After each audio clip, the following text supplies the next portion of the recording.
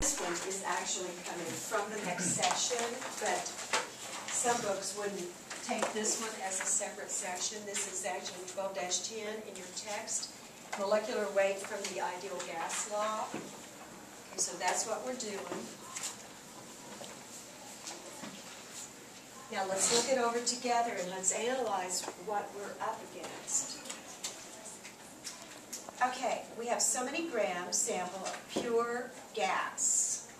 Okay, and it tells us what its volume is, it tells us what its temperature is, and it tells us what its pressure is. First question you should be thinking, do you see changing conditions? Charles, do you see changing conditions? Is the temperature changing or is the pressure changing? No, it's just, here it is. As soon as you answer that question, then you know equation 3 is no good. Okay, so that means it's going to be something over on this side. It just means here it is. So it's going to be the ideal gas law or one of its cousins. Which would be most appropriate? We've got, I said it's going to be from this side, from the info you are given. Russell, which equation would you use here? 8. You want the, do we have the density? Do you see the density? Oh, well, yeah, you could. You're too smart, Russell. Yeah, you could have used this. Russell's just too slick. See, he said, I got grams and I got volume. I can go from density, and he would plug it in. Yeah, you do it that way. The rest of us will do it another way. Does anybody have another one that says we just ruled that out? Nikki? Number 6. Number 6 would be a nice choice. That would be, let me put it this way, it's the most obvious choice, is number 6. Okay, now, 5 would have worked. If you do 5, you could solve for n, keep the grams out of it, and then as a separate problem, you have grams and you have n, and you can solve for molecular weight. But how this is the linear, not giving the gas? It's okay. We're going to solve for the molecular weight. This is the time they don't have to tell you what it is because they don't tell you the molecular weight. And they don't give you a formula so you could get at the molecular weight. The setup is this. We have some unknown gas. We just synthesized some new unknown gas, and we would like to know what it is. Well, the first handle on it is what is its molecular weight. Okay, so we have enough info to use, as Nikki suggested, this number 6. Okay, my pressure is 750 torr. What should I do with it, Sarah? Change it to ATM. Change it to ATM, and how do I do that? Divide 750 by 760. Okay, so we have 750 divided by 760. Again, if you're not real good with your calculator, do this out separate and put this number in. Okay, then we have, for our next thing, we need volume. May I use 112 mils? Aaron, what's wrong with that? And what would that be in liters? Perfect. 0.112 liters. Remember, Ken's horse died, unit, Diane's cat meowed. We are here, we got to get to there. So it was 112 milliliters. We got to move it to the basic unit in volume, which is liters. 1, 2, 3 to the left. She took it and moved it 3 to the left. Okay, then let's see. We've got pressure times the volume. Now we have grams. Okay, the only way I could ever see that they could screw that up is give you kilograms, and then you could switch it to grams, so just a metric, but I don't think I've ever seen a problem where they did that. We got molecular weight, grams over molecular weight, and then we have R. Let's say it again without looking anywhere. Say it. 0.0821. And then temperature is 100 degrees Celsius. So, Eddie, what is that? What can I use 100 here? What do I use? 373. 373, good. And our units are all fine. All you got to do is be really careful because your unknown is on the bottom. So the first move I would make, I would multiply both sides through by molecular weight to get it up on the top and over here on the left. and then go through the math super careful. Get your order of operations correct, and then let's punch that through and think about units. Russell, have you done it your way? What'd you get? 30.2 grams per mole. 30.2 grams per mole. Okay, for the rest of us sheep that did it the more conventional way, what are we getting? Andrew, you got it punched? I said 30.3. 30.3, close enough. So 30.2, 30.3, what'd you I get got here? that correct, but I did it his way. You did it his Easier way? for me. Okay, I didn't. you did it this way, Yeah. right? Okay, Sarah, what'd you get? 30.2 or 30.3? 30.2? I did random. Okay. I was gonna- Oh, you rounded as you went? See, it makes a difference, and see, this should not bother you on test day, when it's multiple choice. You get 30.2, and it's saying 30.3, no sweat.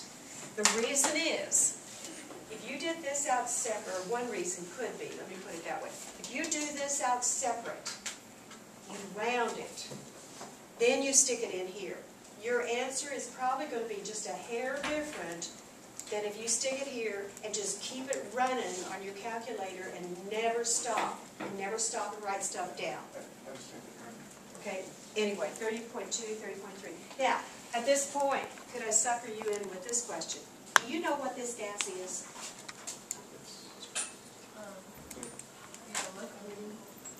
I see you all looking over there. You know the assumption you just made? That gas is an element. Who knows what it is? You got to have more evidence. Well, if it says it's an element.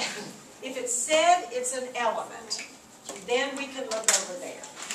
But we don't know, and it probably isn't. Because if I tried to match the 30, the closest thing is phosphorus, and hey, phosphorus is not a gas under those conditions, I don't think. It could be, but I doubt it. Okay, are we okay on molecular weight? All right, that was section 12-10, and that's all there is to it. Now we're ready for our last really important section. You have had 12-13. Let me tell you what's in it.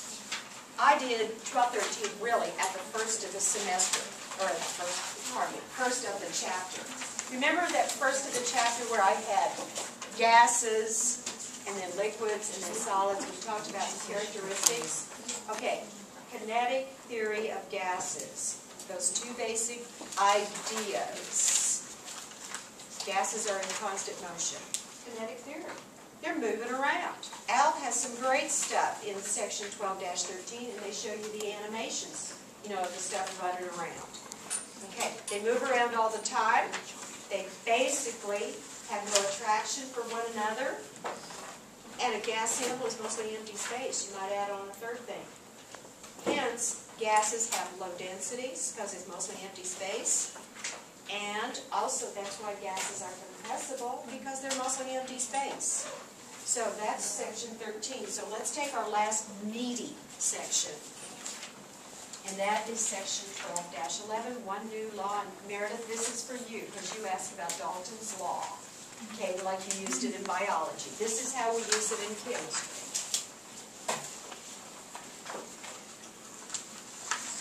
I'm going to make up a problem just to illustrate this in a little bit easier way. I have a container, and this container is sealed. Like there's a rubber septum or something at the top. So no gas gets in, no gas gets out. And I have some hydrogen in there that we know is diatomic. I have some nitrogen in there. Now, would that be monatomic or diatomic if I have a sample of nitrogen? Diatomic.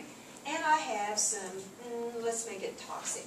We have some chlorine in there. Monatomic or diatomic? Diatomic. Okay, and it's sealed up. Okay, and let's say somehow I could measure the pressure of the individual gases. Not the entire pressure in there. What if I measured the individual gases somehow? So the pressure of the hydrogen, and I'm just making this up, it's 1 atmosphere. The pressure of the nitrogen is 2 atmospheres. and the pressure due to the chlorine is 3 atmospheres. Dalton's law says that if you want the total pressure for a mixture of gases, you just add up whatever number you have. Whoops, 2 and 2, let's make that a 3. So you just go out to whatever number you have. So if I wanted the total pressure inside this container, all I got to do is add. So Dalton's law, compared to some of our other laws, is really easier. Now, let's take a look at a problem, and we're going to do it an easy way, and we're going to do it a hard way. And I'll bet when we do it the easy way, I can convince everybody about the shortcut. But first, let's take a look.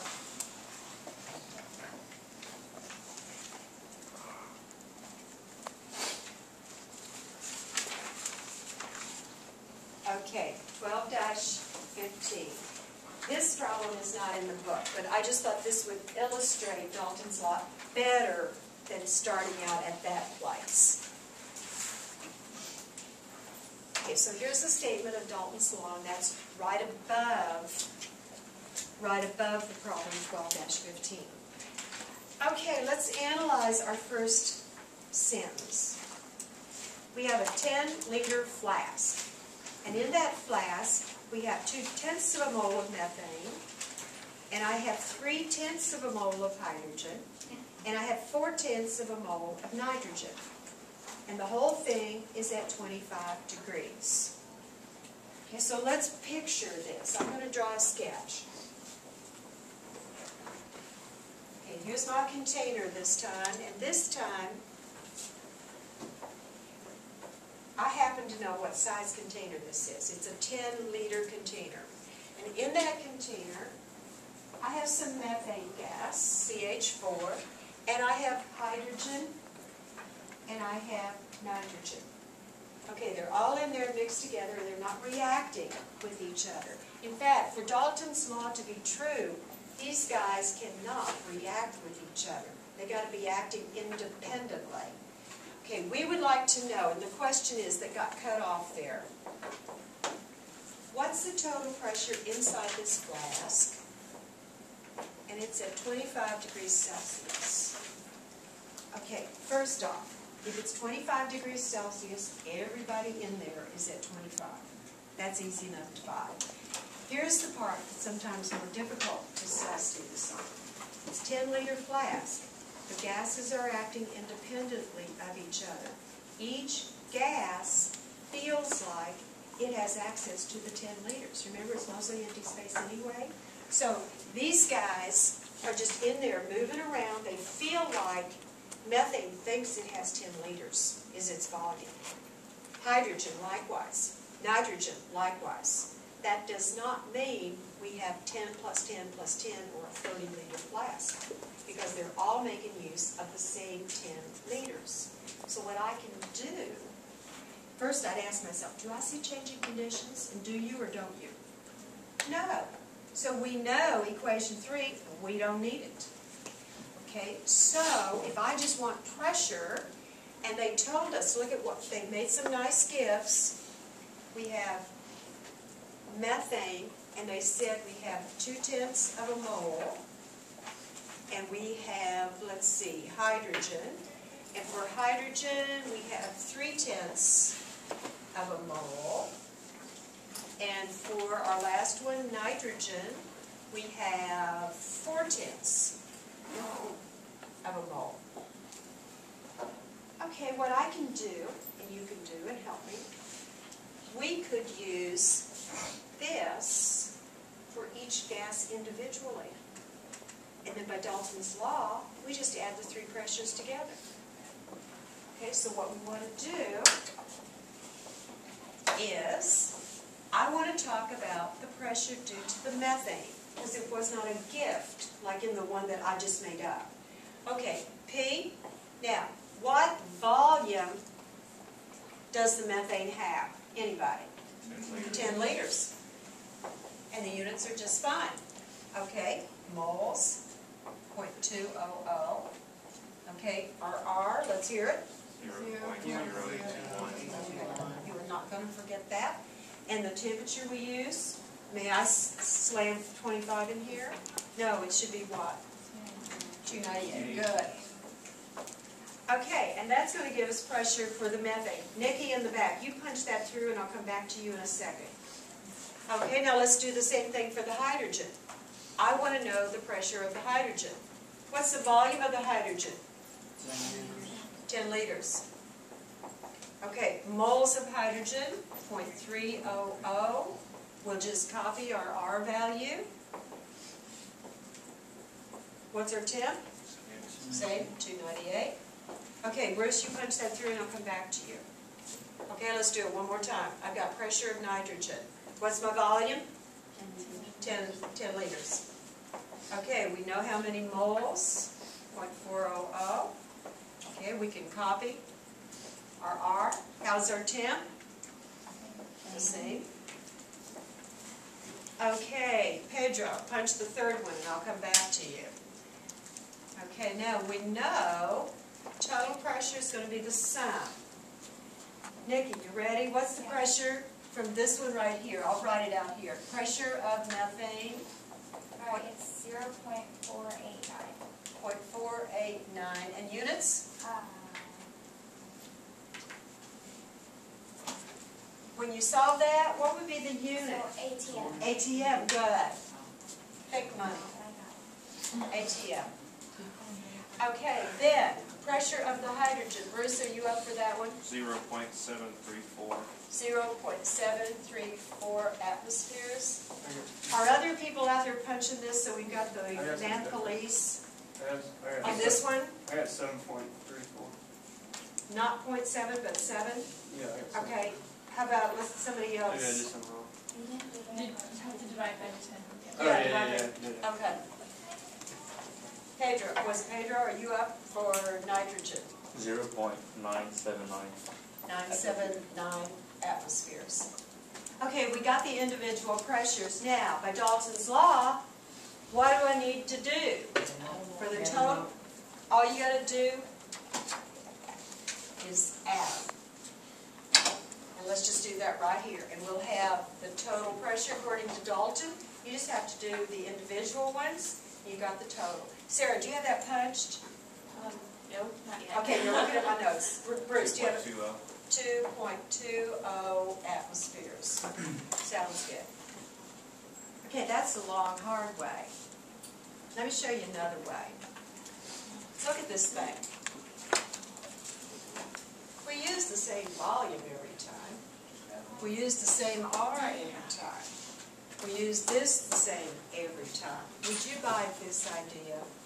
Total pressure times the volume is equal to total moles. One step. Let's see if it works. Okay, total pressure. We want to get it and we want to compare it to this. Okay, what's our volume we use? 10 liters. Okay, now I got to use total number of moles. Okay, 9/10 because we just add that. Our R is just the same as we've been using.